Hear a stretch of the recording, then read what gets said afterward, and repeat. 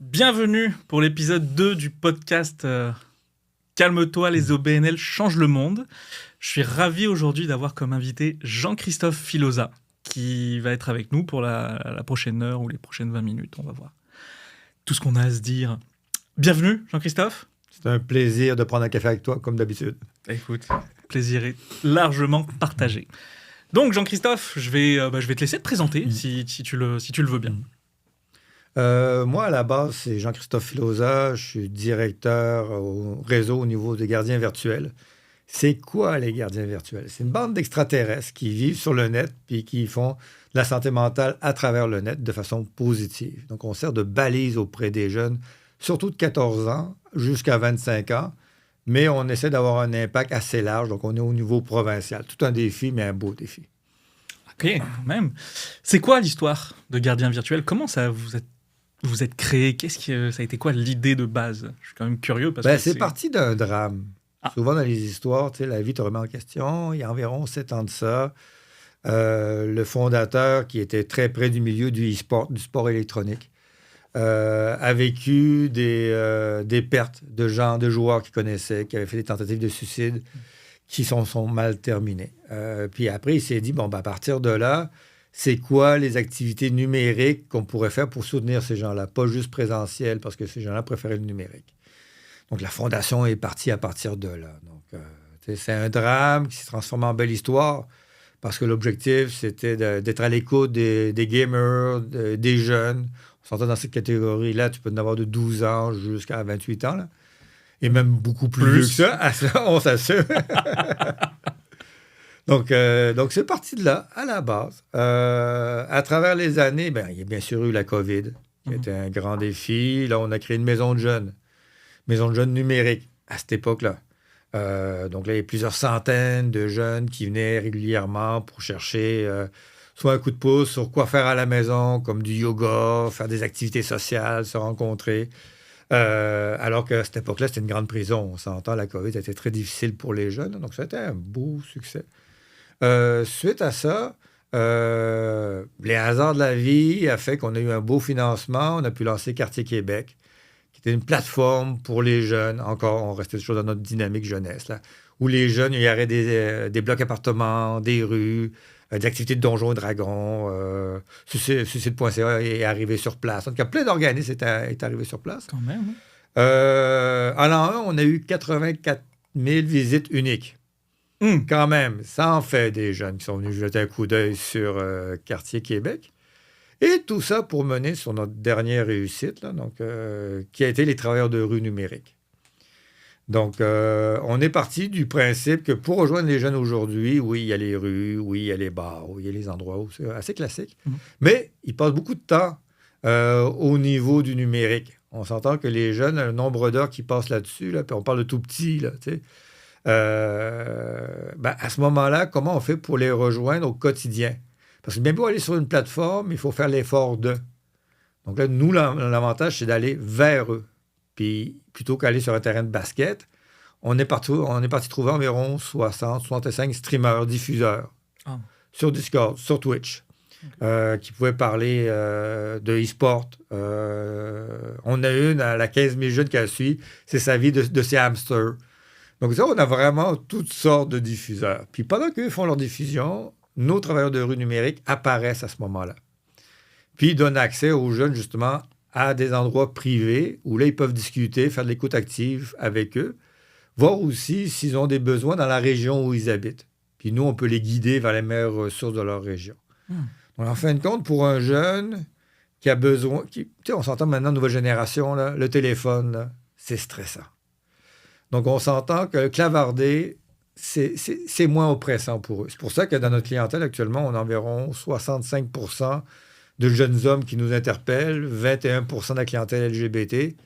Donc, on a un bel impact auprès de gens qui ne sont pas toujours faciles à rejoindre ou qui ne sont pas toujours prêts à parler. Donc, le jeune peut nous parler autant qu'il s'est chicané avec papa, maman le matin parce qu'il avait trop joué à l'ordinateur, comme aussi ça peut être une jeune fille qui vit de la violence conjugale. Donc, c'est vraiment comme une chaîne d'écoute habituelle comme on a au Québec. Là. Sauf que plutôt que par téléphone, c'est par clavardage.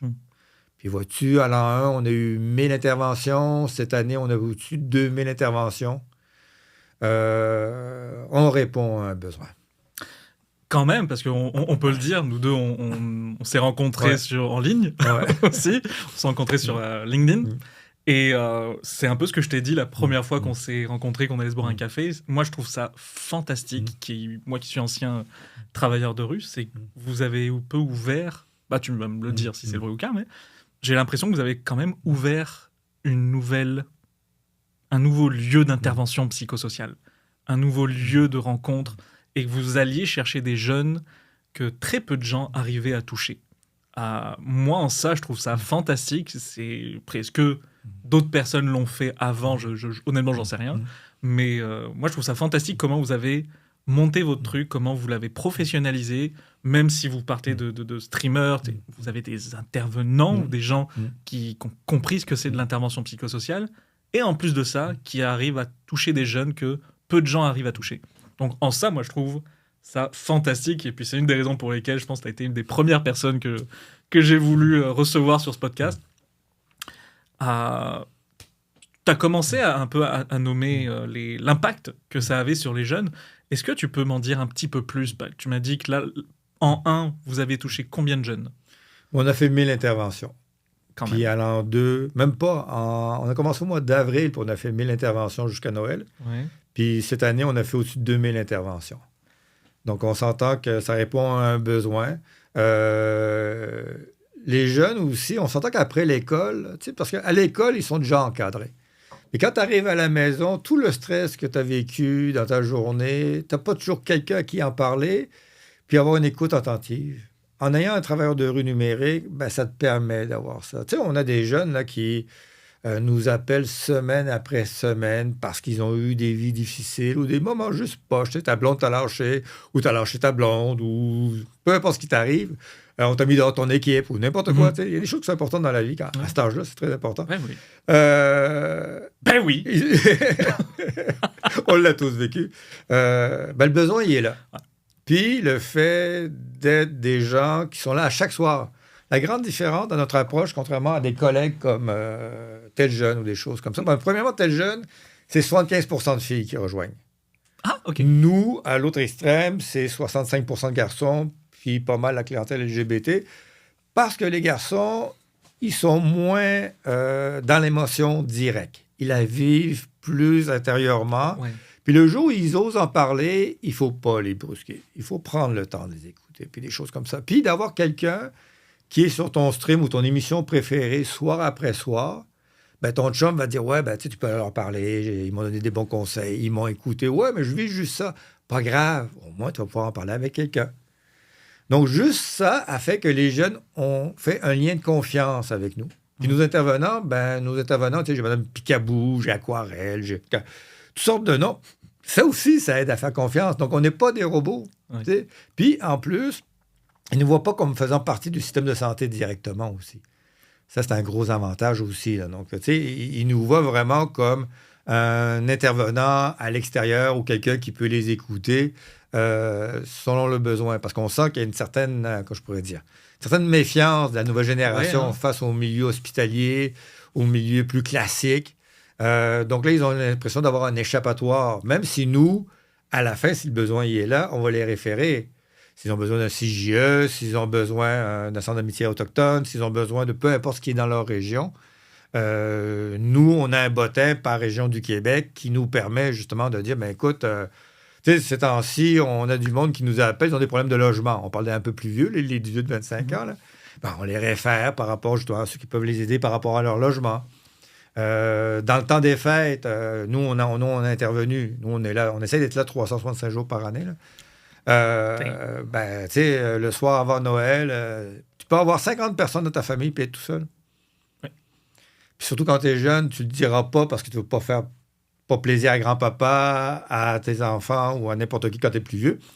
Là, juste pouvoir parler une demi-heure, 25 minutes ou 2 heures s'il faut, avec un intervenant, permet justement d'éviter que ça devienne une grande crise. T'sais. Nous, on est vraiment en amont des problématiques. Ça, c'est un gros avantage qu'on a aussi. Là, Faire de la prévention, à quel point C'est ça, c'est important. On le répétera jamais assez à quel point c'est important justement dans la prévention, que ce soit des crises, puis les différentes crises qui existent, violences suicidaires ou psychologiques.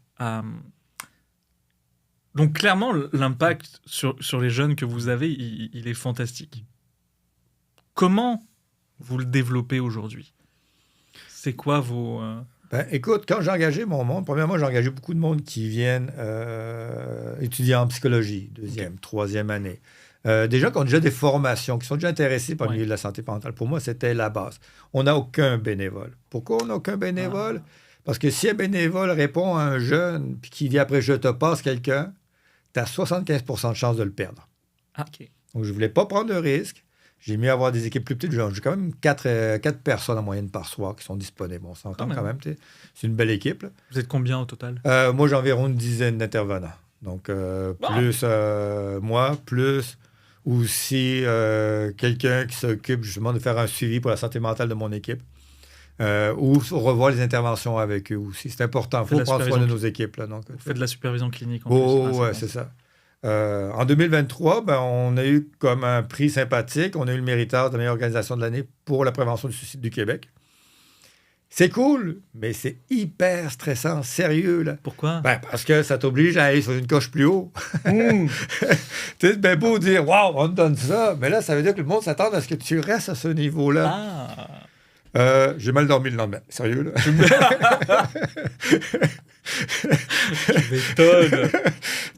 Sur le coup, tu dis « Oh, ouais, merci, c'est gentil. » Puis, les gens ils disent « Oh, c'est bien ce que vous faites. » Ouais, mais là, ils nous attendent à ce qu'on soit bon, mais juste une coche supérieure là-dedans.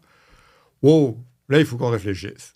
Donc là, tout ça, ça nous a amené justement à améliorer nos pratiques. Donc, je te dirais que à l'an 1, nos premières pratiques, on était sur un seul streamer. Ouais. Puis, on avait genre 2 intervenants sur place. Puis, c'est de prendre le bon moment en ligne. C'est quoi la discussion qu'on veut développer? C'est quoi les besoins? T'sais? Après, on est tombé on a fait une publicité une fin de semaine. On a eu 20 streamers qui nous ont dit après, on va embarquer. Donc, on est passé de 1 à 21 rapidement. Puis là, on approche le 60. Donc, certains soirs, mon équipe, premièrement, j'ai quelqu'un qui dispatche à la base. Parce que quand il y a trop de chaînes qui apparaissent, tu rouvres ta soirée, tu as 4 intervenants, mais tu as déjà 8 chaînes disponibles. Oui. Ça veut dire que chacun va prendre 2 chaînes, suivre les discussions, répondre au modérateur s'il y a un questionnement. Si le streamer lève le flag, il faut voir c'est quoi. Plus, tu peux avoir une intervention rapidement le soir. Donc là, pour éviter que l'intervenant soit surchargé, à partir du moment où il y a 2 interventions, on dispatche toutes les chaînes aux autres pour que lui puisse se concentrer sur son intervention. Si lui, il y a des questionnements, l'avantage, c'est qu'il y a un lien direct avec les 3 autres intervenants. Donc, en fin de compte, c'est un 4 pour 1. Là. Donc, si jamais il y a un questionnement, il y a quelqu'un qui est plus spécialisé, moi, je ne suis pas en violence conjugale ou n'importe quoi, puis pose la question comment bien répondre, mais il peut demander à ses collègues ce serait quoi le genre de réponse que tu donnerais. Donc, puis l'avantage, c'est que c'est anonyme. Tu sais, on va parler avec Belen 22, Fraise 28. Donc, le jeune, en partant, tu sais, c'est à travail, ça. Mais c'est pas si facile que ça. En tout cas, moi, encore une fois, je veux te féliciter parce que ce que vous faites, vous répondez à tous les codes du travail de rue. Vous respectez l'anonymat, vous respectez le rythme des gens. Vous les forcez à rien, j'ai l'impression. Non. Puis en plus de ça, et moi qui ai la fibre entrepreneuriale, je vois un peu la complexité. Vous cherchez pas à créer d'autres choses. Vous avez créé votre approche, vous avez créé votre lieu d'intervention, le lieu qui existait déjà, mais on se rendait compte qu'il y avait des besoins. Mais l'idée, c'est de ramener vers les structures, les organisations qui existent déjà. Puis en ça, je trouve ça fantastique de se dire, on s'est mis une limite ici, puis c'est une forte limite éthique que pas tout le monde arrive à garder. Et je trouve ça vraiment intéressant, en tout cas. Bravo à vous pour avoir fait ça. Je sais que, parce qu'on s'en parle souvent, je sais que vous avez monté avec Gardien Virtuel une table de concertation. Est-ce que tu veux nous en parler un peu plus? Nous, on appelait ça une table d'action collaborative parce que j'en ai fait des tables de concertation. C'est hyper génial, puis ça rassemble les gens. Ouais. Mais nous, on était... Parce que comme nous, on vient du numérique. La gang qui font ça, on vient du numérique. Puis dans le numérique, tu es toujours en retard. Tout se passe tellement vite que quand tu prends une décision, c'est déjà plus à la mode. Nous, ce qu'on voulait, c'est créer une table qui était plus dans l'action, réunion après réunion. Donc, sans doute que dans chaque réunion, on essaye déjà de faire de la complicité entre les groupes. Si on a des dossiers, on prend des décisions là parce qu'on veut que ça bouge dans le mois ou dans les 2 mois qui suivent. Donc, c'est pour ça qu'on appelait ça une table de collaborative. La dernière rencontre connue, on avait une quinzaine d'organisations, Équijustice, Raccord, quand même des gros joueurs, des plus petits joueurs, soit de quartier ou régionaux. Puis on a pris des décisions sur le coup, immédiatement, parce que c'est important de réagir. On est dans un monde qui évolue vite. Et ce qui est spécial, c'est que c'est une table 2.0. On est en train d'ouvrir un serveur Discord, qui est une plateforme qui va permettre justement aux gens qui font partie de cette table-là de pouvoir discuter en dehors des heures régulières de la table, puis de rester en contact. Si vous préférez, là, c'est un bloc appartement, un serveur Discord. Ouais. Puis nous, on va réserver un étage à ceux qui font partie de la table, où là, chacun va pouvoir interagir avec l'autre beaucoup plus rapidement que si c'est par email puis des choses comme ça. Parce qu'un des dangers qu'on a, puis un des risques qu'on a, c'est qu'on a beau être à la même table de concertation pendant 2 heures, puis pas connaître l'autre organisme à côté. Puis pour prendre un rendez-vous, tout le monde est débordé, il n'y a jamais personne qui a assez le temps. Donc, en ayant le même espace numérique, ça va permettre justement de faciliter les liens entre les intervenants. Donc, nous, on est en train de faire une plateforme actuellement qui va être québécoise. Donc, il va y avoir un étage dédié à la table. Il va y avoir un étage dédié qu'on appelle les balises. Donc, il va y avoir les travailleurs de rue, la gang d'Équijustice, donc tous ceux qui font de l'intervention. On a un étage qui va être dédié aux streamers. Donc, si jamais les organismes veulent prendre contact avec des streamers, ils vont pouvoir y aller. C'est cool, ça. Puis, on a un autre étage aussi pour les chercheurs. Parce qu'une des difficultés du chercheur, c'est justement de faire connaître ses acquis. Ben là, justement, on va faciliter ça parce que comme tout le monde va faire partie du même bloc appartement sur différents étages, ça va être une interaction sociale plus facile. C'est pas... Je vous dirais que c'est pas... Il faut prendre ça comme un outil. Des outils, on en a plein. Il faut des tables de constatation, des tables comme nous, on a créé, des rencontres avec d'autres groupes, des choses comme ça. C'est un outil supplémentaire. C'est juste qu'au Québec, plutôt qu'être en concurrence, je pense que c'est le temps d'être complice parce qu'on est dans un parcours de vie des gens. Oui. Puis ça, il ne faut pas l'oublier. Moi, je peux prendre quelqu'un. Nous, on est une première ligne. Donc, le jeune, on est rendu là, il y a telle difficulté. Je vais passer le ballon à quelqu'un d'autre. Mais une fois que le ballon il aura été passé, peut-être qu'il y a une autre problématique. Donc, le ballon va être passé à un autre organisme. Donc, c'est ça qui est important de ne pas oublier qu'on travaille ensemble. C'est qu'on travaille sur les mêmes personnes dans des étapes de vie différentes. Arrêtons de voir les gens dans sa crise actuelle. Il y avait un passé, il y a un futur. S'il y en a besoin, on est là. Les autres organismes sont là. Puis s'il n'y en a pas besoin, tout good, on a réussi. C'est un peu notre vision. Ben, c'est fort, puis merci de le partager parce que, comme tu le dis, puis encore une fois, on s'en jase souvent, mais c'est important de comprendre aussi ce tissu social qui existe, ce tissu communautaire qui existe au Québec, à Montréal ou à l'extérieur. Vous, j'ai quand même pas l'impression que vous vous limitez à Montréal dans vos interventions. Non. Est-ce que vous touchez des régions éloignées? Oui, on a du monde de Val-d'Or, de Sept-Îles, la Gaspésie. Tu sais, nos streamers, ils peuvent être basés à Montréal, mais tous ceux qui l'écoutent, ça peut être toute une gang de la Gaspésie. Hein? Donc, c'est ça notre réalité. C'est que, parce que dans le numérique, notre seule limite, en fin de compte, c'est la francophonie. OK. Nous, pour l'instant, on n'intervient pas du côté du milieu des jeunes expressions anglaises. Okay. Mais ça, on en parlera plus tard, là, parce qu'on est en train de développer par rapport à ça bientôt. Là. Donc, nous, en fin de compte, on a des jeunes qui nous interpellent de la France. On a des streamers qui sont en Acadie. Oui. Dernièrement, on a un qui avait déménagé à Toronto francophone. Notre objectif, c'est le Québec. Oui. Mais on ne peut pas fermer la porte à quelqu'un et dire « Non, ben, t'es pas dans ma région, je ne m'occupe pas de toi. » Désolé, prochainement. Donc là, ça veut dire qu'il faut avoir chaud une réflexion. Le système de santé ici, puis en Acadie, c'est pas le même. Non. En France, nous, on a une entente avec les maisons des adolescents de France.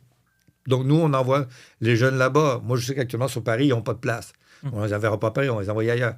Puis c'est pour ça qu'en travaillant avec les CIGE, les différents organismes, ça fait 2 ans que je me promène, j'essaie de comprendre la force de chacun des organismes pour que quand mes intervenants en parlent, ah, ben écoute, il y a tel programme pour les jeunes qui existe là, leur force, c'est ça ou c'est ça. Parce que c'est important de se connaître. Vous êtes quand même des bons agents de liaison, j'ai l'impression, dans votre pratique, puis c'est clairement ce qui manque aujourd'hui. Concernant les jeunes que vous accompagnez, j'ai cru comprendre que vous étiez ou vous avez déjà monté des tables de discussion, des espaces de conversation pour prendre le pouls justement de la jeunesse. Est-ce que tu peux nous en dire un peu plus là-dessus? C'est plus qu'on a été sur des endroits où il y avait des groupes, où les jeunes parlaient entre eux autres. Ouais.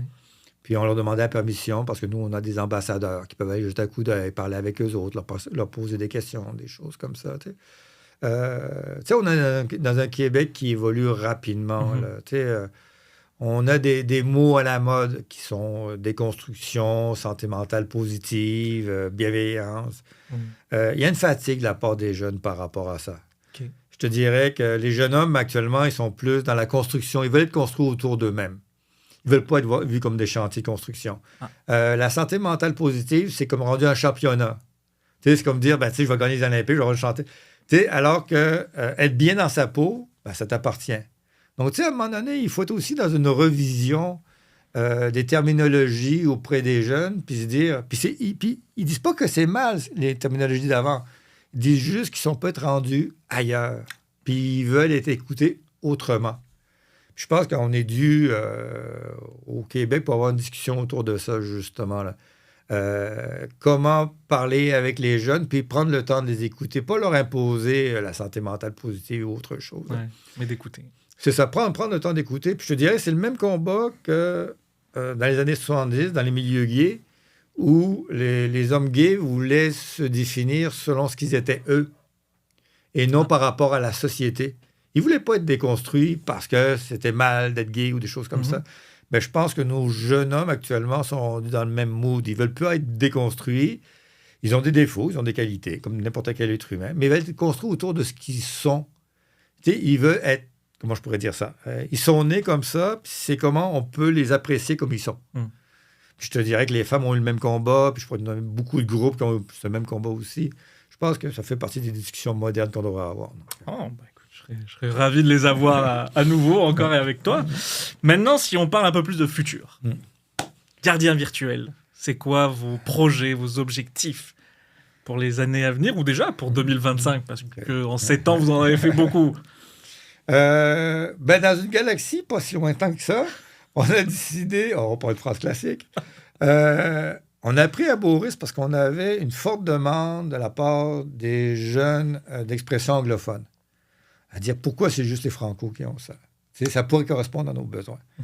Donc là, dans notre dernière demande qu'on a fait auprès de Santé Québec, là, on a une réflexion, là, justement, sur créer les Digital Outreach Walker. Désolé pour mon anglais. Là. Pour rejoindre, justement, les jeunes d'expression anglophone. Nous, déjà, on a commencé à regarder avec des streamers, des diffuseurs, puis facilement, cette année, on devrait atteindre 150 000, 200 000 followers sur lesquels on pourrait donner notre approche puis avoir une réflexion. Donc, parce qu'on s'entend que le milieu anglophone est souvent vu comme privilégié, mais ils ne sont pas privilégiés en tant que ça parce que c'est pas à cause qu'ils ont accès à du matériel américain ou pan-canadien que c'est dans leur réalité québécoise à eux. Puis, les jeunes qui sont nés au Québec dans l'expression anglophone, ils aiment ça, avoir des services qui correspondent à leurs besoins. Donc, on va collaborer actuellement avec différents organismes pour faire justement un bottin qui correspond à leurs besoins. Parce que, tu sais, être en crise, puis tu peux pas parler de ta crise dans ta langue première qui est l'anglais, ça peut être stressant. Tu es obligé de passer une deuxième ou une troisième langue. Tu sais, on prend un jeune de l'immigration qui arrive, je sais pas, puis il parle une langue, puis là, on lui dit, tu es obligé d'en parler une deuxième pour parler de ta santé mentale ou une troisième. Ça peut être violent. Donc, en faisant ça, puis en ramenant aussi le fait qu'ils sont forts du côté anglophone, du côté communautaire, puis la santé, là, ils sont déjà dans le numérique, ils ont un paquet de trucs. Donc, nous, en fin de compte, on peut juste faire le lien, c'est pas grand-chose, juste faire le lien entre eux puis les jeunes qu'on rejoint à longueur d'année, moi, je serais content pour cette année. Beau projet. Oui. Beau projet. Je vais suivre ça avec grand intérêt. Prochaine question. Comment est-ce qu'on pourrait t'aider? Comment est-ce qu'on pourrait te soutenir, toi et Gardien Virtuel? De quoi a besoin Gardien Virtuel pour aller justement vers cet objectif-là que vous avez? Le matin, j'ai besoin d'un bon café. Déjà, ça va pas des bons cafés. Quand je rencontre quelqu'un, ça commence bien ma journée. Je suis bien d'accord. Après ça, je te dirais qu'on est quand même un petit organisme. Sérieux, là, on fait des miracles avec pas beaucoup. Donc, s'il y avait des bénévoles, des gens, moi, je sais pas, qui se connaissent en médias, qui s'y connaissent en art. Enfin, je te parle de ça, justement. On a un autre projet, là. Oh. Pour les artistes, là, c'est une autre chose. On en a juste trop. Mais tu sais, c'est bon signe. Mais oui. Pour un organisme, oui. c'est juste bon signe, là. On a besoin de bénévoles là, pour faire nos pages web, pour réfléchir. Là, tu sais, cette année, j'étais chanceux. Là, je suis tombé sur Vincent Paquin, c'est un psychiatre à McGill. Il nous aide dans nos réflexions. Je suis tombé sur différentes personnes au fur et à mesure qui ont des expertises, qui nous font réfléchir autrement. Parce qu'il n'y a rien de pire que s'asseoir sur nos lauriers. Sérieux, là. Demain matin, t'es dépassé si tu fais ça. Puis ta pratique que tu as aujourd'hui, là, nous, on se trouve hot, là, mais elle est déjà, en tout cas, dans 2-3 heures, va être dépassée. Donc, c'est avec l'intelligence artificielle et tout ce qui s'en vient, là. Il faut toujours avoir un coup d'avance dans le numérique. Puis c'est le défi qu'on a. Mais avec plus de gens, on pourra mieux réfléchir. OK. Donc, manière de t'aider, de te soutenir, c'est d'être présent, d'exister avec vous et de vous aider dans vos projets. Je vais juste revenir par rapport justement aux artistes. Là. Vas-y. Puis c'est même pas une idée de moi, c'est plus ma fille qui est une artiste féministe queer. Bon, ma mère, elle est poète. Ouais. Moi, j'ai la chance d'avoir une mère poète. Moi, j'ai fait un peu de poésie, mais je suis poche. Ma fille adore la poésie ici. Donc là, on va s'installer aux Insta-poètes. On va essayer de créer une page dédiée aux Insta-poètes pour les faire connaître à chaque semaine, les meilleurs poèmes, les choses comme ça. Là. Puis se rassembler aussi, parce qu'ils sont connus de chacun de leur côté, mais on veut les rassembler ensemble, avoir une page Instagram. Oh. Parce que l'Insta-poésie, là, c'est hyper génial. Sérieux, là. Moi, je triple le soir. Moi, j'aime ça lire puis relire. Là. Donc, la lecture a toujours été un grand plaisir de ma vie. Là. Donc, vois-tu, parfois, il y a des projets qui sont... C'est pas compliqué en bout de ligne, là, mais c'est être près des gens. Juste ça, là, c'est énorme. Ah ben, écoute, on va relayer l'information, parce que j'avoue, de lier Instagram à de la poésie, j'avais pas pensé, mais c'est quand même une pas pire d'idée. C'est badass. Ouais, et pour finir, moi, ça c'est aussi une question qu'on pose rarement dans le monde du communautaire et des OBNL, parce que c'est... Des fois, ça peut être tabou, mais je trouve ça quand même important. Comment vous faites? Comment toi, déjà, Jean-Christophe, le grand page-troumph qu'on retrouve sur LinkedIn, comment toi, puis ton organisme, vous faites pour prendre soin de vous? Parce qu'on s'entend, tout ce que vous faites, tous les projets, toutes les interventions, c'est quand même de la job, c'est beaucoup de contact avec la vulnérabilité humaine à travers un écran, qui est encore, je trouve, difficile. Comment vous faites pour prendre soin de vous? Ben déjà, à la base, il faut s'aimer. Avec nos qualités, nos défauts. Connaître ses limites aussi. À un moment donné, je pense qu'à la base, surtout quand on est en intervention, on soutient des gens, puis c'est des périodes difficiles de leur vie et tout. Tu sais, moi, juste aller promener mon chien le matin, là, ça fait partie de ma thérapie. Servir un café à ma femme, ça fait partie de ma thérapie. Voir mes enfants grandir qui sont à l'université, ça me rend heureux.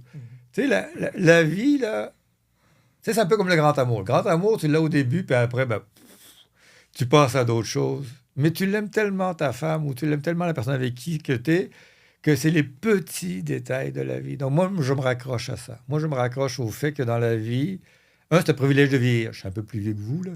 Puis on perd des amis en chemin qui n'ont pas le privilège de vieillir. Ouais. C'est là que tu t'aperçois que c'est une richesse, justement, de voir la vie passer. Donc, ça, c'est un peu les limites que je me donne, moi, en fin de compte. Là. Oui, je suis un bourreau de travail, mais en même temps, je prends soin de moi. Ça, c'est important. Après ça, à l'intérieur de mon équipe, mes intervenants, que ce soit moi, que ce soit Sam ou des choses comme ça, regarde dans mon équipe, on a elle a un jeune enfant. Donc, parfois, elle n'est pas disponible, elle est inquiète parce que sa fille, elle est malade ou des choses comme ça. T'sais. On est très familial. C'est l'esprit de famille, s'occuper de soi. Parfois, ça peut avoir des interventions qui sont très, très difficiles. Puis dans mon équipe, ben, on prend le temps d'écouter les autres. Parce que si tu ne fais pas ça, ben, c'est pas humain. Puis si tu n'es pas humain, ben, fais pas ce job-là. Qui est pas faux. Ok, mais c'est des beaux conseils. En tout cas, c'est pour ça que je trouve important de poser cette question, parce que on a tous des manières différentes de prendre soin de nous. Puis d'échanger à ce niveau-là. C'est pas forcément quelque chose qu'on fait automatiquement aussi facilement. Et en tout cas, merci de nous avoir partagé cette petite chose. Puis pour conclure, où est-ce qu'on peut te retrouver? Où est-ce qu'on peut vous retrouver, Gardien Virtuel? Où est-ce qu'on peut te contacter, toi, Jean-Christophe? Parce que je suis sur LinkedIn. La seule image de Grand Schtroumpf que vous allez avoir, c'est la mienne. Ouais, je mettrai un petit lien sur la vidéo. C'est ça. Sinon, on a une page web pour la Fondation des Gardiens Virtuels. Ouais. Dernièrement, on a créé une aussi pour les travailleurs de rue numériques. OK. Sinon, on est sur Insta. On est sur différentes plateformes. Donc, venez prendre un café avec nous, puis on parlera. Eh bien, écoute, avec plaisir, je lancerai cet appel dès que j'aurai fini ce montage. Merci Jean-Christophe, merci beaucoup de ta présence, merci d'avoir participé à l'épisode 2 des Gardiens Virtuels. Pour ceux qui ne connaissent pas ce podcast, vous êtes les bienvenus pour le découvrir. Jean-Christophe sera le second invité avec bien d'autres. Donc merci de votre écoute et à très bientôt. Merci.